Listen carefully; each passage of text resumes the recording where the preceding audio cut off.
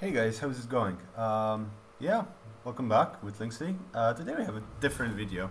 So actually, we've been having lots of conversations with people on the Discord, and they've been suggesting I do something different than replays, and everyone seems to be having got their hands on Rome 2 recently. Well, there was just a massive sale, right? So just doing that, I was thinking of doing a short video just discussing the difficulty, the difficulty ratings and what happens in easy, normal, hard, very hard, and legendary, right? So the first thing you need to realize is the main difficulty in the campaign comes from public order. And this is something that a lot of people have discussed, and in fact I will link you to the stuff where I got the data from. And so public order makes it difficult to play the game.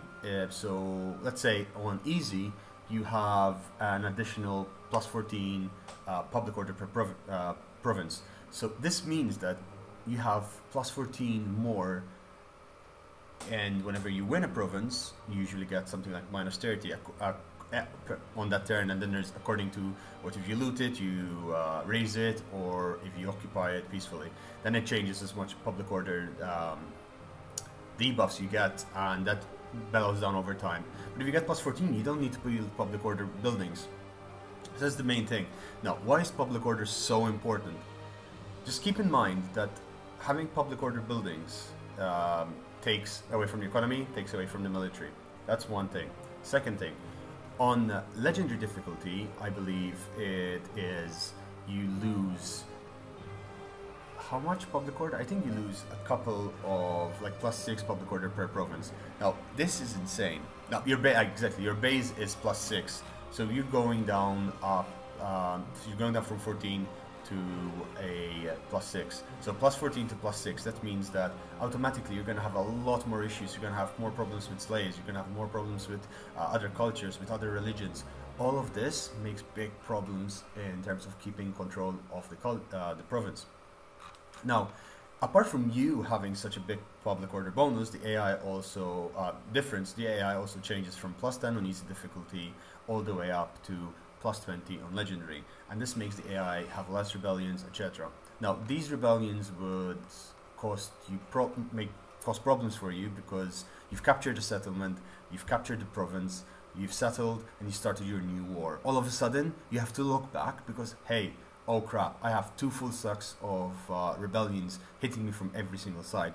I need to deal with them. So you cannot just fight indiscriminately and without any thought. You cannot keep your economy on its own because something's going to go wrong and you need to take care of it. You need to make sure that you have defenses. You need to make sure you have the economy right. Okay, so that's the main difference between easy all the way up to legendary. It's the public order that does so much because it impacts everything else. But at the same time, you also need to look into the other differences. So when you look at the easy difficulty, the AI gets just 10 public order per province, and then gets a minus 2 critical success chance per the agents, which is nothing really. They have nothing, they're just completely vanilla, right? And you, on the other hand, get a few bonuses. You get 15% agent success, 6% success of critical when you use your agents. Your unit upkeep is 10% lower, and that helps you out a lot. So if you're a really new player to strategy, just start on easy and just go from there. When you go up to normal difficulty, the AI just changes a little bit in terms of the agent success rate, but the thing still comes, that's still vanilla. So normal difficulty is actually if you've played some strategy games before and you're new to the Total War and you want to experience something new, something fun, or you want to play with a different faction but you have no idea what they do, this is the place to go. And I'll get to the factions later on as well. Now, with regards to your bonuses, it actually makes a lot of difference where you lose your income. Basically, your unit upkeep changes, you lose that, the bonus on your side, so it's vanilla, and then you have less agent success rates. And now this keeps going up, and the most important ones, the ones that you need to talk about, is on very hard, where you are only plus 7 per province of public order, agent success rates is plus 8, and then you have nothing else of the rest. with regards to legendary, it's again, as I was saying, you basically have just +6 per province, and then your agents do worse, -2%. But then when you look at the AI, it has +20 public order per province. It has 15% success rate, 6% critical success rate for agents. Administration costs. This means all their building costs, all their all their costs in terms of corruption, etc. It's -100%. So they don't have to pay anything extra. They get -20% recruitment costs. They have 2 extra recruitments per province. They have +40% tax. And they have -25% unique upkeep. Again, I'll link this in the description down below. You can look at them in detail, etc. This is on legendary. This means that on legendary, you are playing against so many cheats. The AI can basically, from one province, have 4 armies, 5 armies easily, and not suffer any problems with regards to the economy. Still have a decent economy, have really strong units, and they can keep spamming them incessantly. Now, that brings us to another thing. So when you go to war on easy, you can just declare war on everyone and march on forward, and you'll be absolutely fine. And as you go up in difficulty, up to legendary, you need to be very careful who you declare war on, because then there's the important factor of keeping in mind that your reliability is a big thing. You need to be careful on which treaties you break, be careful what treaties you make, and just generally keep in mind you do not want low reliability, because people will hate you and people will attack you even more. And if you're fighting 4 people, 4 fronts, that means at least 8 armies on each front coming at you. If they have just one province, let's say 4 or 5 armies, but if they have 2 or 3, you have 8 armies coming at you every few turns. You have to hold out against impossible odds, and it's just, you end up losing a war of attrition. The more you fight them, the more you have a chance of losing your generals, and the political system goes to shit. And yeah, but we'll do the political system on another video later on, because I also have some videos coming up, some 20-turn guides, etc.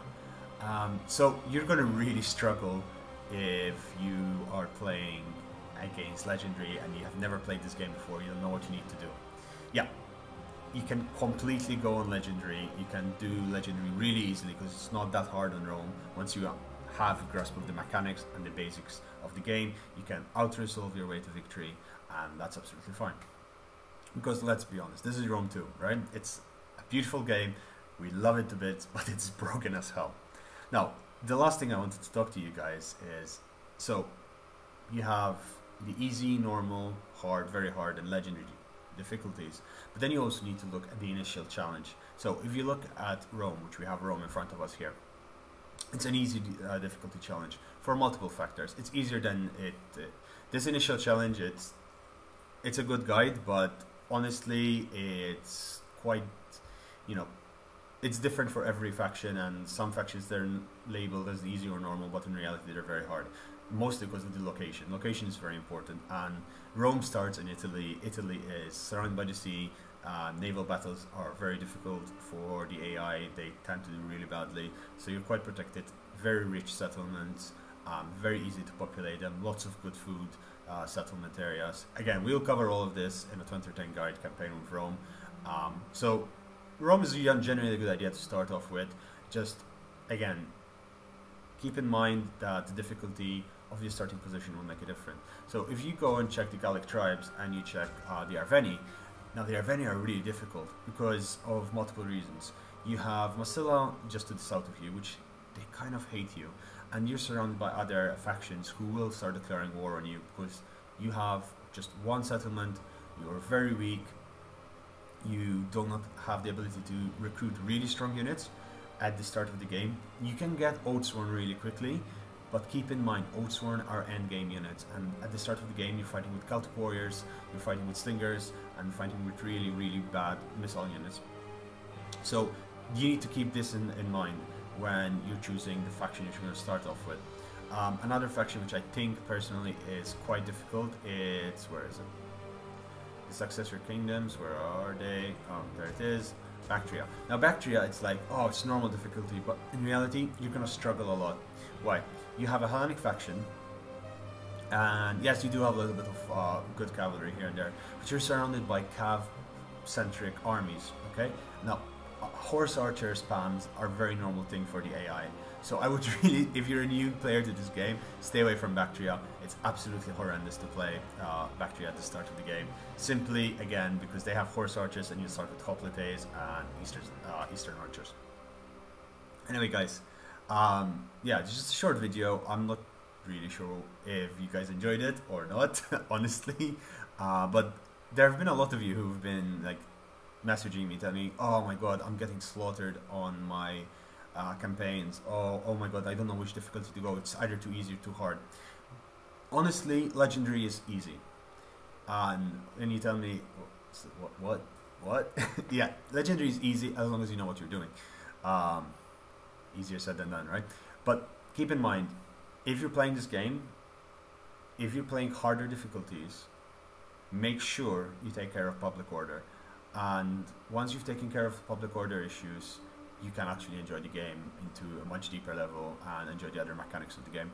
So yeah, I guess that's it for today. Hope you enjoyed this video. If you did enjoy it, subscribe, like, comment. I'm going to be putting up polls on my Twitter account for the first 20 turn guide up tomorrow, and so I'm going to be trying to do a couple of 20 turn guides, see how they go. They seem to be a good idea. A lot of new people join the game and want to help people out. See if that's useful at all. So yeah, thanks for watching, guys. See you tomorrow.